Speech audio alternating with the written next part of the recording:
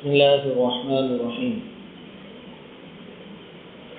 نحمده ونصلي على رسوله الكريم أما بعد أعوذ بالله من الشيطان الرجيم بسم الله الرحمن الرحيم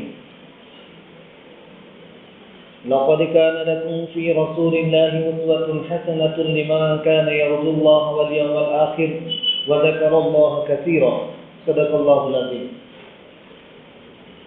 بزرگوں اور پیارے بھائیوں،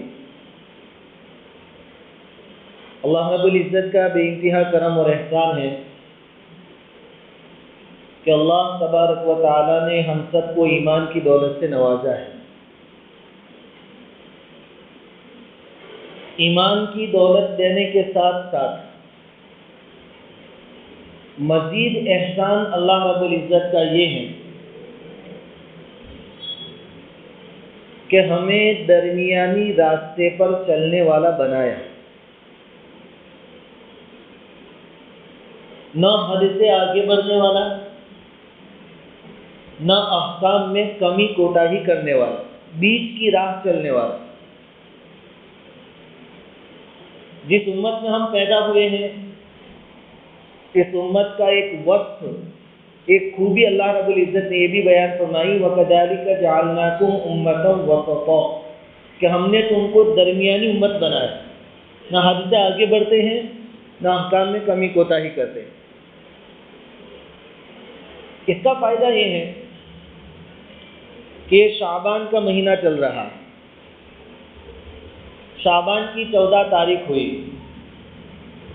جیسے ہی سورج غروب ہوگا شعبان کی 15ویں رات شروع ہو جائے گی.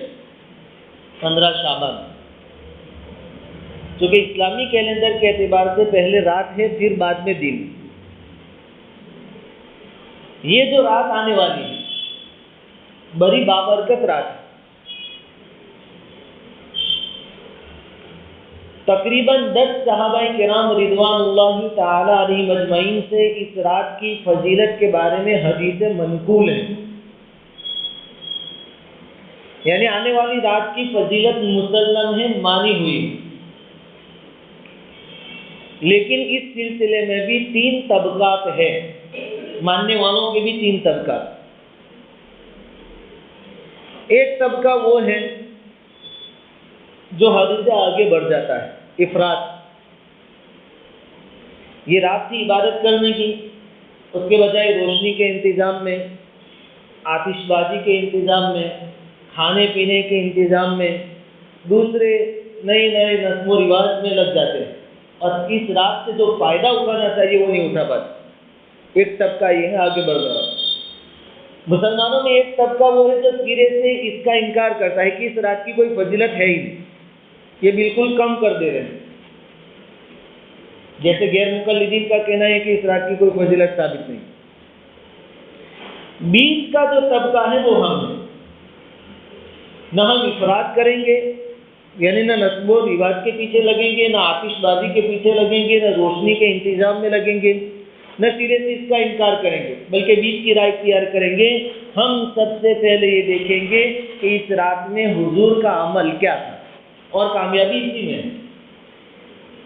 اللہ نے قرآن کریم میں فرمایا لَقَدْ كَانَ لَكُمْ فِي رَسُولِ اللَّهِ أُسْوَةٌ حَسَنَةٌ، زندگی کے ہر شعبے میں تمہارے نبی نے کیا کیا ہے، کیسے کیا ہے، اس کو دیکھ لو اور ایسا کر کے آ جاؤ، تم کامیاب ہو جاؤ. آج کی رات میں ہم دیکھیں گے کہ حضور نے کیا کیا ہے. حضور نے جتنا کیا اتنا ہی ہم کریں گے، اس سے آگے نہیں بڑھیں گے اور انکار بھی نہیں کریں گے. اسی لیے یہ جو شروع میں نے کہا کہ ہماری خوش قسمتی ہے کہ ہم بالکل اعتدال والی امت، بیچ کی راہ چلنے والے، نہ حد سے آگے بڑھنے والے نہ کمی کوتاہی کرنے والے. یہ ہماری خوش قسمتی ہے. اور اس میں علماء دیوبند بیچ کی راہ چلنے میں، اعتدال میں سب سے زیادہ کمپلیٹ، سب سے آگے، نہ کبھی آگے بڑھتے نہ کبھی کمی کرتے. اسی لیے جب اس ملک پر انگریزوں کی حکومت تھی تو ان کے مقابلے میں سب سے پہلے علماء دیوبند میدان میں تھے. انگریزوں کو معلوم تھا کہ اس قوم کو، اس ملک کی قوم کو کوئی بیدار کر سکتا ہے اور ہمارے سامنے لا کر کھڑا کر سکتا ہے، وہ دیوبند والے ہیں.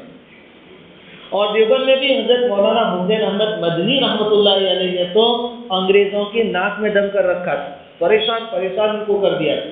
جہاں بھی چلے جاتے لوگوں کو انگریزوں کے خلاف کھڑے کر دیتے، انگریز آپ سے تنگ آ گئے۔ اب چونکہ دارالعلوم دیوبند انگریزوں سے چندہ نہیں لیتا تھا، 1 روپیہ بھی نہیں لیتا تھا، اس لیے انگریز ڈائریکٹ تو کچھ کر نہیں سکتے تھے۔ اس لیے انگریزوں نے حیدرآباد کے ایک نواب تھے جو دارالعلوم دیوبند میں بہت سارا چندہ دیتے تھے، پیسے دیتے تھے، تعاون کرتے تھے، ان سے کہا کہ آپ دیوبند میں خط لکھیں۔ اس وقت کے محتمین صاحب تھے قاری محمد طیب صاحب رحمۃ اللہ علیہ، آپ کو تو حکیم الاسلام کہا جاتا ہے، حکیم، وہ محتمین تھے۔ حیدرآباد کے نواب نے صورتحال کو دیکھا نہیں، اور وہ بھی انگریزوں کا چاہنے والا تھا، ان کا فیور کرنے والا تھا۔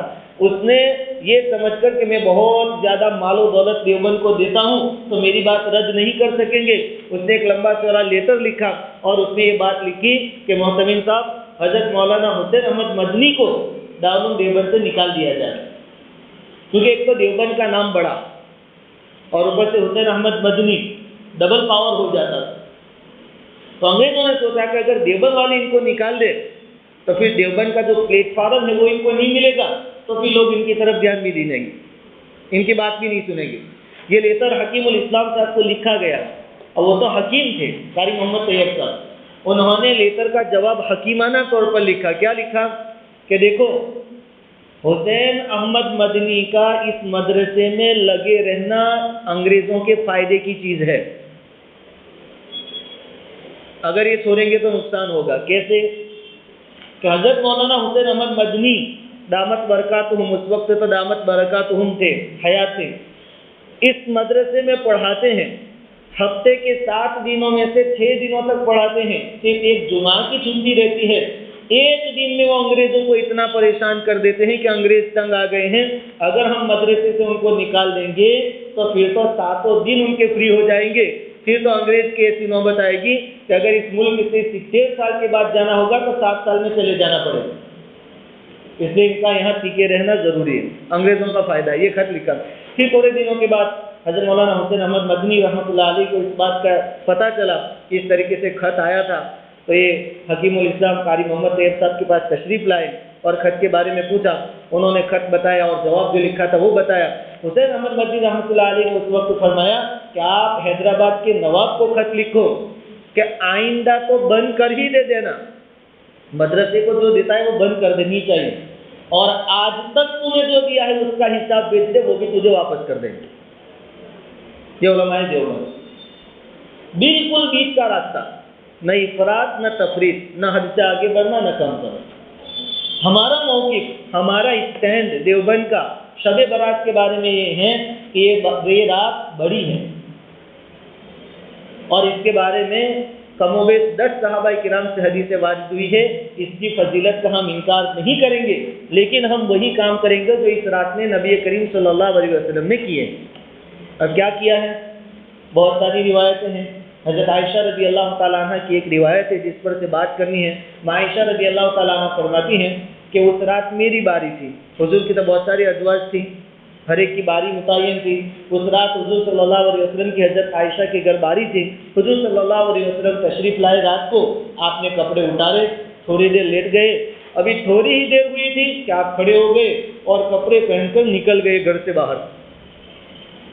حضرت عائشہ رضی اللہ تعالیٰ عنہ فرماتی ہیں کہ حضور آئے اور چلے گئے تو میرے دل میں ایک خیال آیا، وہ بھی تو انسان تھی حضرت عائشہ بھی، ان کے دل میں ایک خیال آیا کہ کہیں ایسا تو نہیں ہے کہ باری میری اور حضور دوسری کسی بیوی کے پاس گئے ہوں، میری سوکن کے پاس گئے ہوں۔ ان کو غیرت آئی، حضرت عائشہ رضی اللہ تعالیٰ عنہ، رشک ہوا۔ عائشہ فرماتی ہے کہ میں دیکھنے کے لیے کہ حضور کہاں گئے ہیں، میں نکلی گھر سے، رات تھی، اندھیرا تھا، تلاش کرتے کرتے جنت البقیع میں پہنچی، قبرستان میں، مسلمانوں کو جو قبرستان ہے وہاں دیکھا کہ نبی کریم صلی اللہ علیہ وسلم نماز پڑھ رہے ہیں اور مسلمان مرحومین کے لیے مغفرت کی دعائیں مانگ رہے ہیں۔ عائشہ فرماتی ہے کہ میں نے وہاں دیکھا، مجھے اطمینان ہوا کہ حضور تو یہاں ہے، میں جلدی سے گھر آئی، کیونکہ دوڑتی ہوئی آئی ہوگی حضرت عائشہ رضی اللہ تعالیٰ عنہ، تو تھوڑی سانس تیز چلنے لگی، تھوڑی دیر کے بعد حضور صلی اللہ علیہ وسلم تشریف لائے. حضرت عائشہ کی سانسیں تیز چل رہی تھی. حضور نے پوچھا کیا ہوا عائشہ؟ حضرت عائشہ فرماتی ہیں کہ میں نے کہا حضور میرے ماں باپ آپ پر قربان، آپ کا قبرستان میں ہم سب کے لیے مغفرت کی دعائیں مانگ رہے تھے، اور میں نے یہ سوچا کہ کہیں آپ میری کسی سوگن کے پاس تو نہیں چلے گئے. مجھے رشک آیا، غیرت آئی، تو میں تو آپ کو ڈھونڈنے کے لیے آ گئی تھی. حضور نے فرمایا کہ عائشہ تم یہ خیال کرتی ہو کہ اللہ اور اس کا رسول تمہارا حق مارے گا، باری تمہاری اور میں دوسری جگہ جاؤں گا؟ ایسا نہیں ہو سکتا. پھر حضور نے فرمایا کہ بات دراصل یہ ہے کہ میں گھر پہ آیا، کپڑے اتارے، سونے کا ارادہ کیا. اس کے بعد میرے پاس جبرائیل علیہ السلام آئے اور مجھے یہ بتایا کہ محمد صلی اللہ علیہ وسلم آج شعبان کی 15ویں رات، اس رات میں غروب آفتاب سے لے کر یعنی مغرب سے لے کر صبح صادق تک اللہ رب العزت بے شمار بندوں کی مغفرت فرما دیتے ہیں. اس رات میں جو بھی عبادت کرتا ہے اللہ تعالیٰ اس کی عبادتوں کو قبول فرماتے ہیں. اللہ تعالیٰ توبہ قبول فرماتے ہیں، گنہگاروں کے گناہوں کو معاف فرماتے ہیں. بلکہ اللہ رب العزت کی طرف سے اعلانات ہوتے ہیں، ہے کوئی ضرورت مند جو اپنی ضرورتیں میرے سامنے رکھیں میں اس کی ضرورتوں کو پورا کروں، ہے کوئی مانگنے والا میں اس کی مانگ کو پورا کروں. اس لیے میں مرحومین کی مغفرت کی نیت سے اور امت کے لیے دعا کرنے کے واسطے گیا تھا. پھر حضور نے فرمایا کہ عائشہ تم اجازت دیتی ہو کہ میں باقی کی رات بھی اللہ کی عبادت میں گزاروں؟ عائشہ رضی اللہ تعالیٰ عنہ نے فرمایا کہ بے شک آپ کو اجازت ہے، چونکہ بیوی کا حق تھا اس لیے حضور نے اجازت چاہی. عائشہ نے اجازت دی. حضرت عائشہ رضی اللہ تعالیٰ عنہ فرماتی ہیں کہ پھر حضور نماز کے لیے کھڑے ہو گئے. نماز میں اتنا لمبا سجدہ کیا، اتنا لمبا سجدہ کیا کہ مجھے خوف طاری ہو گیا کہ کہیں ایسا تو نہیں کہ حضور کا انتقال ہو گیا. نماز میں کوئی حرکت نہیں اور بہت ٹائم ہو گیا، حضور سجدے میں سے اٹھے ہی نہیں. حضرت عائشہ فرماتے ہیں کہ مجھے خوف طاری ہوا کہ کہیں انتقال تو نہیں ہو گیا، تو میں نے آپ کے پیروں پر ایک چمٹی بھر دی تو مجھے زندگی کے آثار محسوس ہوئے کہ حضور زندہ ہے، عبادت میں مشغول. لمبے وقت کے بعد حضور صلی اللہ علیہ وسلم نے سجدے سے سر اٹھایا اور عائشہ رضی اللہ تعالیٰ عنہ کو ایک دعا سکھائی کہ یہ دعا بڑی رات جس کو ہم کہتے ہیں 15 شعبان اس میں پڑھا کرو، اللہ رب العزت اس دعا کو قبول فرمائے. تو آنے والی رات بابرکت رات، اس میں اللہ رب العزت ہر مانگنے والے کی مانگ کو پورا کر دیتے ہیں. اس لیے آج کی رات میں ہم سے جتنا ہو سکے کریں، رات کو عبادت کریں. آئندہ کل اگر روزہ رکھ سکے تو رکھے. روزہ مستحب ہے، ضروری نہیں ہے، مستحب ہے. دوسرا ایک کنفیوژن جو ہوتا ہے کہ اس کے ساتھ دوسرا ملانا ہے کہ نہیں ملانا، یہ تو محرم کے مہینے میں 10ویں محرم کو کہ 10ویں کا رکھے تو 9 کا اور 11 کا بھی ساتھ میں ملا. یہاں کوئی ایک رکھے گا تو ابھی چل جائے گا. مستحب روزہ ہے، اگر نہیں رکھ سکتا کوئی پرابلم نہیں. لیکن شعبان کے پورے مہینے میں حضور صلی اللہ علیہ وسلم بہت کثرت سے روزے رکھتے تھے، نفلی روزے. کوئی اس سنت کو ادا کرنے کی نیت سے روزے رکھے کہ حضور بھی شعبان کے مہینے میں بہت روزے رکھتے تھے تو اس کو سنت کی ادائیگی کا ثواب ملے گا. آج کی رات جو مانگیں گے مل جائے گا. لیکن حضور صلی اللہ علیہ وسلم نے فرمایا کہ چند بد قسمت لوگ ایسے بھی ہیں کہ آج کی اتنی بڑی رات میں بھی ان کی مغفرت نہیں ہوتی ہے. اس میں سب سے پہلے نمبر پر حضور نے فرمایا مشرک، اللہ رب العزت کے ساتھ کسی کو شریک ٹھہرانے والا، اللہ کا پارٹنر ماننے والا کہ اللہ تو ہے ہی ہے لیکن اس کے ساتھ فلاں یہ بھی اللہ ہے. شرک 2 طرح کا، اللہ کی ذات میں شرک اور اللہ کی صفات میں شرک. ایک ایمان والا ایک اللہ کے علاوہ کسی اور کو مانے، ایسا تو نہیں ہو سکتا. لیکن صفات میں ہم بہت زیادہ گڑبڑ کر دیتے ہیں. روزی دینا یہ اللہ رب العزت کی صفت ہے، یہ اس کا کام ہے. اب ہم کسی اور جگہ جا کر روزی مانگتے ہیں تو یہ بھی ہم شرک کر رہے ہیں. اس میں مس انڈرسٹینڈنگ سمجھیے. وسیلے سے مانگنے میں کوئی پرابلم نہیں، وسیلے سے مانگنا چاہیے. کوئی مزار ہے، بہت بڑے اللہ والے دفن ہیں، آپ وہاں پہنچ گئے، آپ وہاں یہ دعا کرو کہ اللہ یہ تیرا بہت بڑا بندہ یہاں سویا ہوا ہے، یہ تجھے بہت محبوب ہوگا، میں اس بندے کے واسطے سے تجھ سے مانگتا ہوں. مانگنا اسی سے ہے، بیچ میں سیڑھی لگاؤ کوئی پرابلم نہیں. لیکن آپ اوپر تک نہ پہنچو اور سیدھے ان سے مانگے کہ بابا آپ دے دو تو یہ شرک. پرابلم یہاں ہے. پھر یوں کہا جاتا ہے کہ دیوبند والے وسیلہ نہیں مانتے، ہم جتنا وسیلہ مانتے دوسرے کوئی نہیں مانتے ہو. اس لیے تو ہمارے علماء دعاؤں میں کیا کہتے ہیں، اللہ قرآن کے صدقے میں ہماری مغفرت فرما، تیرے نبی کے صدقے میں مغفرت فرما، تیرے نیک بندوں کے صدقے میں. سے وسیلہ نہیں تو اور کیا ہے؟ وسیلہ ہے تو اللہ کی ذات میں بھی کسی کو شریک نہ کرے، وہ اکیلا ہے. اللہ الصمد، اس کو کسی کی کوئی ضرورت نہیں. اور صفات میں بھی کسی کو شریک نہ کرے. جس نے ماں کی پیٹ میں روزی دی وہ دنیا کے پیٹ میں بھی روزی دے گا, وہ کسی اور کا محتاج نہیں ہے. بیماریوں سے شفا وہی دیتا ہے تو شفا اسی سے مانگے.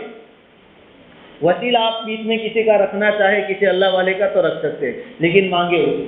مشرک کی آج کی رات میں بھی مغفرت نہیں ہوتی. دوسرے 2-4 گناہ اللہ کے نبی صلی اللہ علیہ وسلم نے ایسے بیان فرمائے کہ ان کے ہوتے ہوئے آدمی کی مغفرت نہیں ہو سکتی. اس میں بہت بڑا گناہ قطع تعلق, انبن, رشتہ داری کو توڑنا. کسی دو میں بنتی نہیں ہے. اگر آج بھی وہ لوگ صلح صفائی نہیں کر لیتے ہیں تو ان کی مغفرت بھی مشکل ہے. اتنی بڑی بابرکت رات میں بھی. حضور نے جو حدیث بیان فرمائی اس میں کینہ کا لفظ ہے کہ اس آدمی کی مغفرت نہیں ہوتی جو دل میں کینہ رکھے. بہت بڑی بیماری ہو جاتی ہے. اندر لڑائیاں کاروبار میں, رشتہ داروں میں اندر ہو جاتی. آج کے دن میں ہمارے سامنے مثال ہے, یہ غیر قوم وہ بھی بہت لڑتے آپس ویاپار کی لائن سے, اور بہت ساری ان کی بھی لڑائی ہے, لیکن ابھی ہولی ساتھ میں مل کے منا رہے ہیں.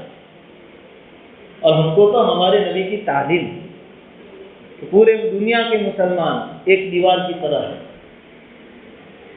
ایک جسم کی طرح ہے. تو آج کی رات آنے سے پہلے اگر کسی سے قطع تعلق ہے تو سمادھان کر لے, صلح کر لے. اور یہاں مسئلہ کیا ہوتا ہے, بہت بڑا مسئلہ کہ میں حق پر ہوں, میں کیوں جاؤں, غلطی اس کی ہے. آج کے دور میں کوئی اپنے آپ کو غلط سمجھتا ہی نہیں. اب دونوں پارٹی اس لیے نہیں جاتی کہ وہ آوے, بھول اس کی ہے, غلطی اس کی ہے, وہ رونگ ہے, میں رائٹ ہوں. ایک حدیث سناؤ, نبی کریم صلی اللہ علیہ وسلم نے فرمایا کہ جو آدمی حق پر ہونے کے باوجود جھگڑا چھوڑ دے گا, حق پر ہونے کے باوجود جھگڑا چھوڑ دے گا, میں جنت کے اطراف میں اس کو ٹھکانہ دلانے کا ضامن ہوں. حضور گارنٹی دے رہے ہیں, میں حق پر ہوں, میں کیوں جاؤں, اس کو بھی نکال دے. اپنے آپ کو چھوٹا بنا کر لے جاوے, اللہ رب العزت لوگوں کی نگاہ میں بڑا بنائے. ایک بات کہہ کر اپنی بات کو ختم کرتا ہوں کہ صحابہ کرام بیٹھے ہوئے تھے, حضور بھی تشریف فرما تھے.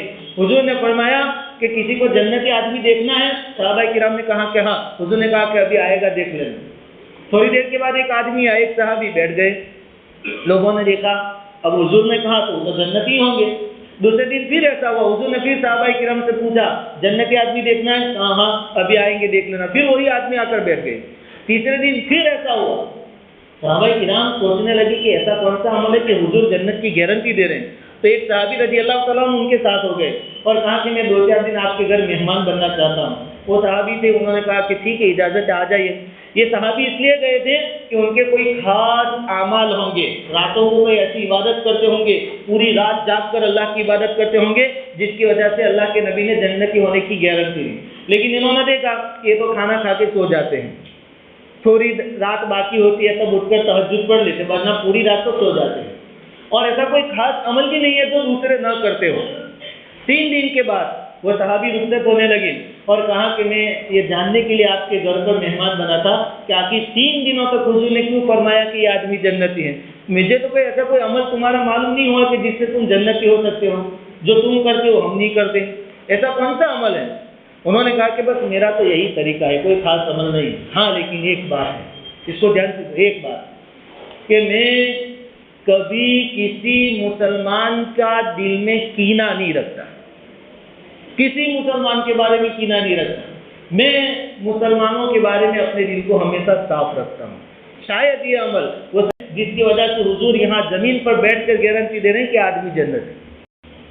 آج کے دور میں ہمارے سینے کالے ہیں, ایک دوسرے سے رنجی سے ہیں, لیکن اتنی لمبی چوڑی رنجی سے رکھتے ہیں کہ آدمی مر جاتا ہے لیکن دشمنی ختم نہیں ہوتی. آج کی رات میں سمادھان کر لے, صلح کر لے. خاص کر کے اگر ماں باپ سے قطع تعلق ہے تو ماں باپ تو ہمارے دنیا میں آنے کا سبب اور ذریعہ ہے. اگر وہ غلط ہو تو بھی ہم ان سے معافی مانگیں, سامنے چل کر جاویں. ایک حدیث میں حضور صلی اللہ علیہ وسلم نے فرمایا, ایک صحابی نے پوچھا کہ حضور میرے ماں باپ نے مجھ پر ظلم کیا ہو تو بھی میں معافی مانگوں؟ حضور نے 4 مرتبہ کہا وَإِن ظَلَمَ وَإِن ظَلَمَ وَإِن ظَلَمَ وَإِن ظَلَمَ. چاہے تیرے ماں باپ نے تیرے اوپر ظلم کیا, چاہے ظلم کیا, چاہے ظلم کیا, چاہے ظلم کیا, تو ابھی تم ان سے معافی مانگو. وہاں یہ نہیں کہ میں حق پر ہوں. یہ حق کے نام سے شیطان ہم کو الجھا رہا ہے, نیکیوں سے روک رہا ہے. پھر ایک وہ آدمی جو ہمیشہ شراب پیتا ہو, توبہ کیے بغیر مر جائے اس کی مغفرت نہیں ہوتی، ماں باپ کی نافرمانی کرنے والے کی مغفرت نہیں ہوتی، اور بھی بہت ساری علماء نے لسٹ بتائی ہے کہ ان لوگوں کی مغفرت نہیں ہوتی۔ ٹخنوں سے نیچے حجاب اور پینٹ اور پتلون یا لنگی پہننے والوں کے بارے میں بھی آیا ہے۔ اس لیے رات کے آنے سے پہلے اپنے آپ کو تیار کر لیں اور اس قابل بنا لیں کہ اللہ رب العزت آج کی رات میں ہماری مغفرت فرمائے۔ اللہ رب العزت ہر ایک کو توفیق عطا فرمائے۔